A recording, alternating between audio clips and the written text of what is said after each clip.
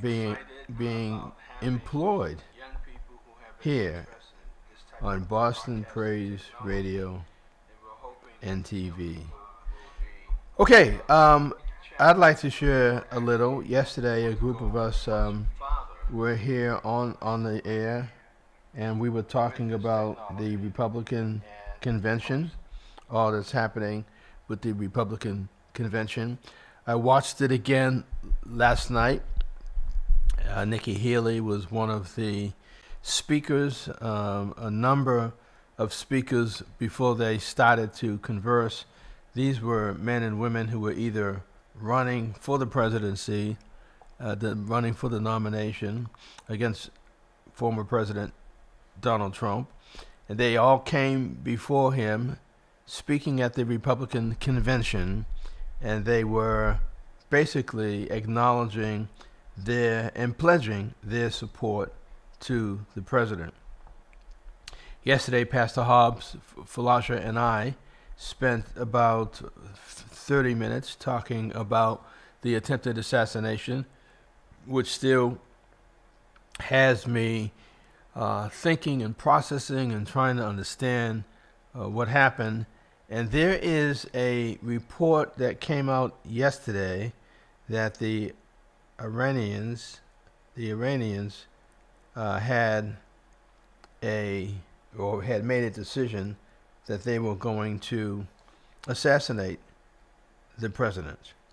And so this whole assassination attempt that ended with a 20-year-old taking an AR-15 rifle and shooting the president and hitting him on the side of his head, the right hand side of his head, is now expanding to a discussion about Iran and their commitment to want to take out the president. This just continues to grow, and as it is growing larger, the circles of people that were involved in this attempted assassination, we're going to be hearing more and more and more about what happened. There's going to be congressional hearings and congressional investigation regarding the attempted assassination. The Secret Service yesterday said that they were solely responsible for the implementation and execution of security at the Trump rally site. The director finally has acknowledged. Now, the director of the Secret Service is undergoing a tremendous amount of scrutiny because they're saying that she has failed to take responsibility for not covering the building and rooftop where the 20-year-old was perched and hiding, just waiting for an opportunity to do what he did. It says the U.S. Secret Service was solely responsible for implementation and execution of security at the site of Saturday's rally for former President Donald Trump's campaign. Secret Service Director Kimberly Chettle told CNN's Whitney Wild in an interview on Tuesday evening. Kimberly added that no assets from the agency were diverted from the rally that day, even though there were other events in the state on Saturday requiring agency protection. Quote, "At that particular site, we divided up areas of responsibility, but the Secret Service is totally responsible for the design and implementation and the execution of the site," she told CNN. Now, the Kimberly, the Secret Service representative, spokesperson, agency head, is going to have to take overall responsibility for not having that rooftop, that building secured. And I am still struggling to believe that that 20-year-old masterminded this entire operation on his own, with his father's rifle and perched and climbed with a ladder on top of the rooftop was actually seen by a lot of rally goers. They began to point at the rooftop because they saw him snaking up on the roof, trying to position himself so that he can get the best shot. They kept saying, there he is, there's someone on the roof, there's someone on the roof, he has a gun, he has a gun. And still, they couldn't stop him.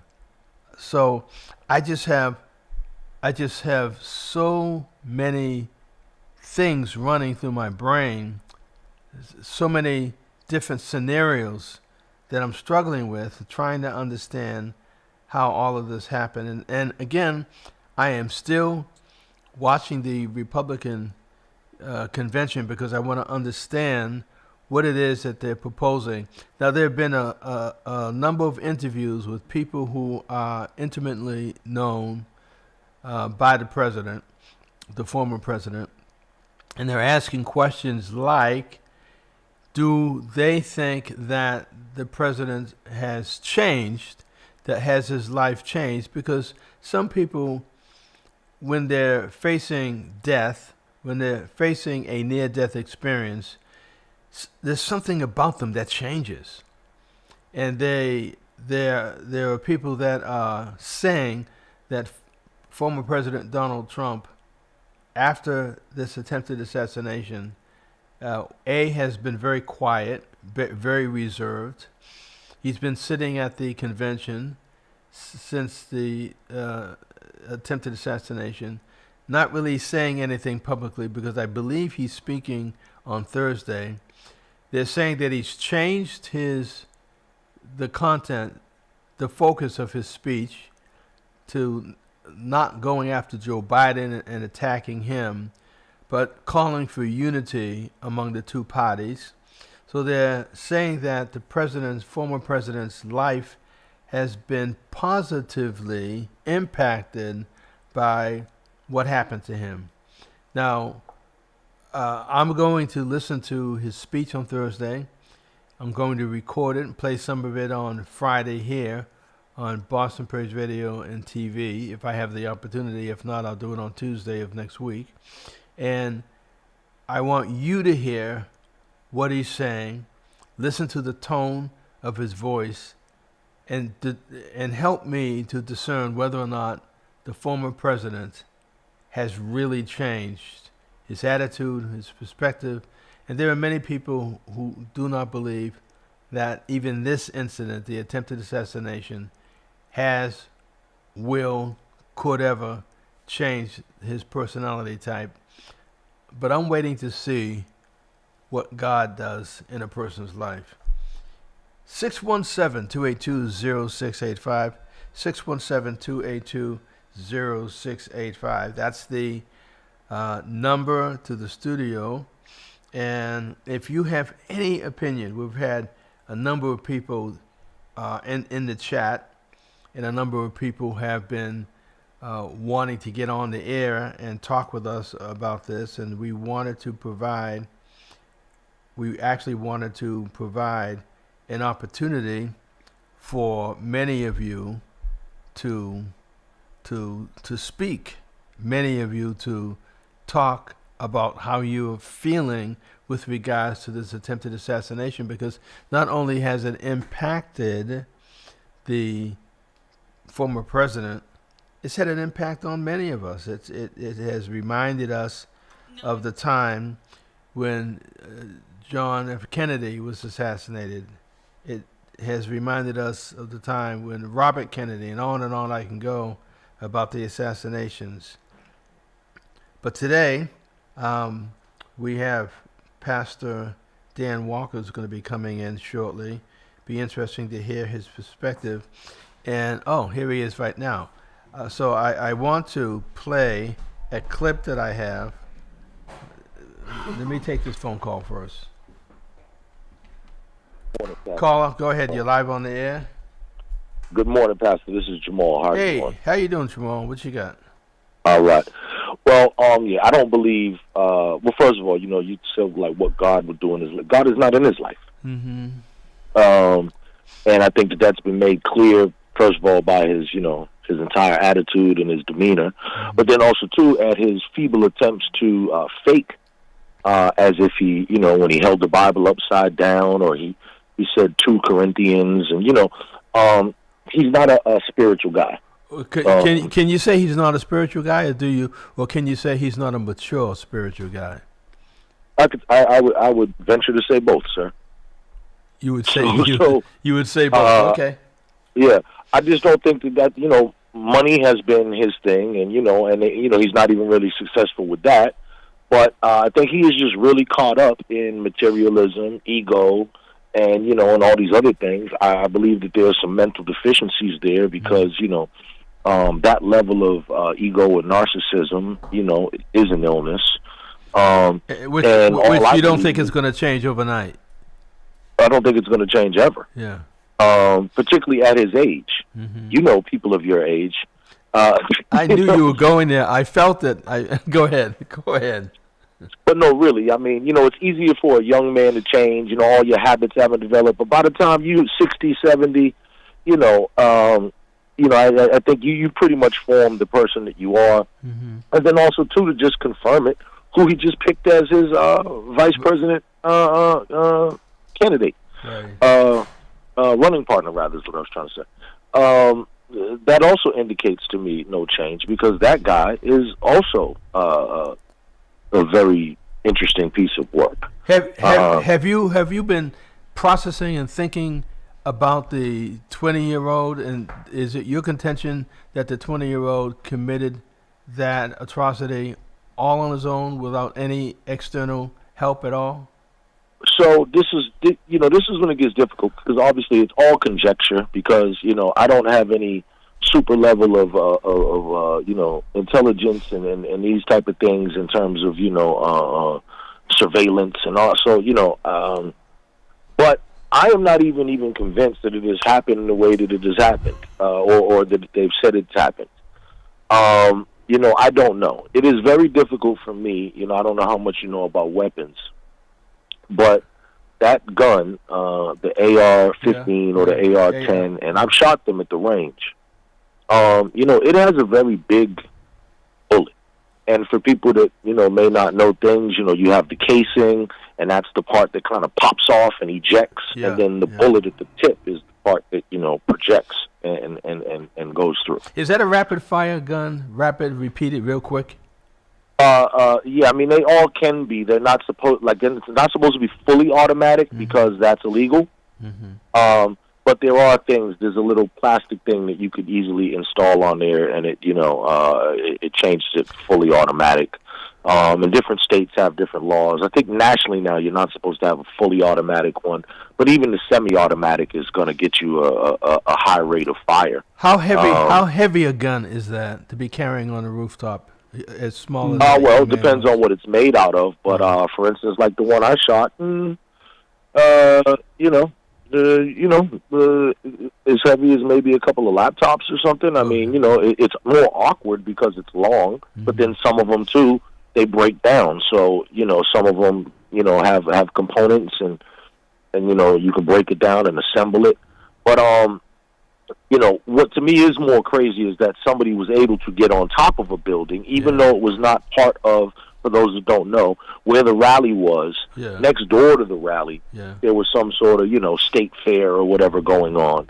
And then he climbed up on a building that was adjacent to where the state fair was going on. Yes. But I'm surprised they even allowed the state fair to go on that same day or whatever outside of the rally or whatever. So there's a lot of questions there. By now, I'm sure most people have seen the videos of people who pointed him out like 5 minutes before. Isn't that crazy that they actually you're right, pointed him out and said he has a gun. What about the officer who climbed up on the roof, saw him, but then let go because the gun was aimed at him? Is that what they said? So he dropped to the ground? Did you hear that? Yeah, that I hadn't heard. But I mean, the fact that he could be on a roof like that close, That's just a major lapse in security. And when people are pointing him out, now here's what's funny, me with my cynical mind. Had they said that there's a black man on the roof, you see? Yeah. So I think, once again, race plays a thing. I don't know if there was confusion. Maybe somebody else thought he was part of the security team or whatever, but the whole thing shouldn't have happened. I don't know how it happened, because back to the point about the bullet. That's a large bullet. And, although, Trump has big ears, to just hit the tip of the ear on, your ear is attached to your face. And so that bullet, it had to be coming at such an angle. I mean, because any slant to that angle, and it's going to dig into a part of your head, either the cheek or the or the back of your head. But for it to go straight across, that's pretty miraculous. Some people are thinking it was a setup, but I don't know anybody who would set themselves up to be shot. I know. Even if, that doesn't make any sense to me when people. I'm hearing this all over the place that he set it up and that really wasn't blood. How do you set not up? with a real bullet? But go ahead. No. Go ahead. Not with a real bullet. You wouldn't trust the world's finest sniper with that, because anything could go wrong. Mm-hmm. Now, some of the other conspiracy theories that, Hollywood and all that, and, we've all seen what these magicians can do and all that. So, I don't have enough information to say if it was real or not. Yeah. But what I can say is, whether it was real or not, it is going to be used and taken advantage of to the fullest hilt. Yeah. This is going to further galvanize and charge up the Republican base. It will be used by the media. Just it's headlines. Every newspaper that I've read, it's like 12 or 13, 14 stories about this one incident, and a photo with him holding his ear. Jamal, I'm gonna have to let you go. Pastor Walker's in, and he's rearing to go with his broadcast. We're gonna be talking more about this. We did it yesterday. We might be able to do it today. And Pastor Walker said he's going to talk more about this. And meeting tonight at 12 Baptist Church about Eddie Crispin. I don't know if you're aware of that. I'll try to send you a flyer in the chat. Okay, thank you. I'd appreciate it. All right, thank you. Okay, Peace. All right, bye-bye. Okay, we're going to get ready for Pastor Walker and Sound Travels. Not only does Sound travel, but Pastor Walker also travels. We'll be back in just a few moments with more on Boston Praise Radio and TV.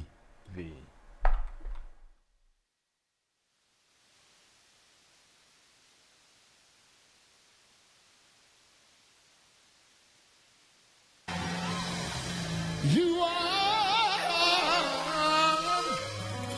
yes, Lord Jesus, you're the strength of my life. Oh.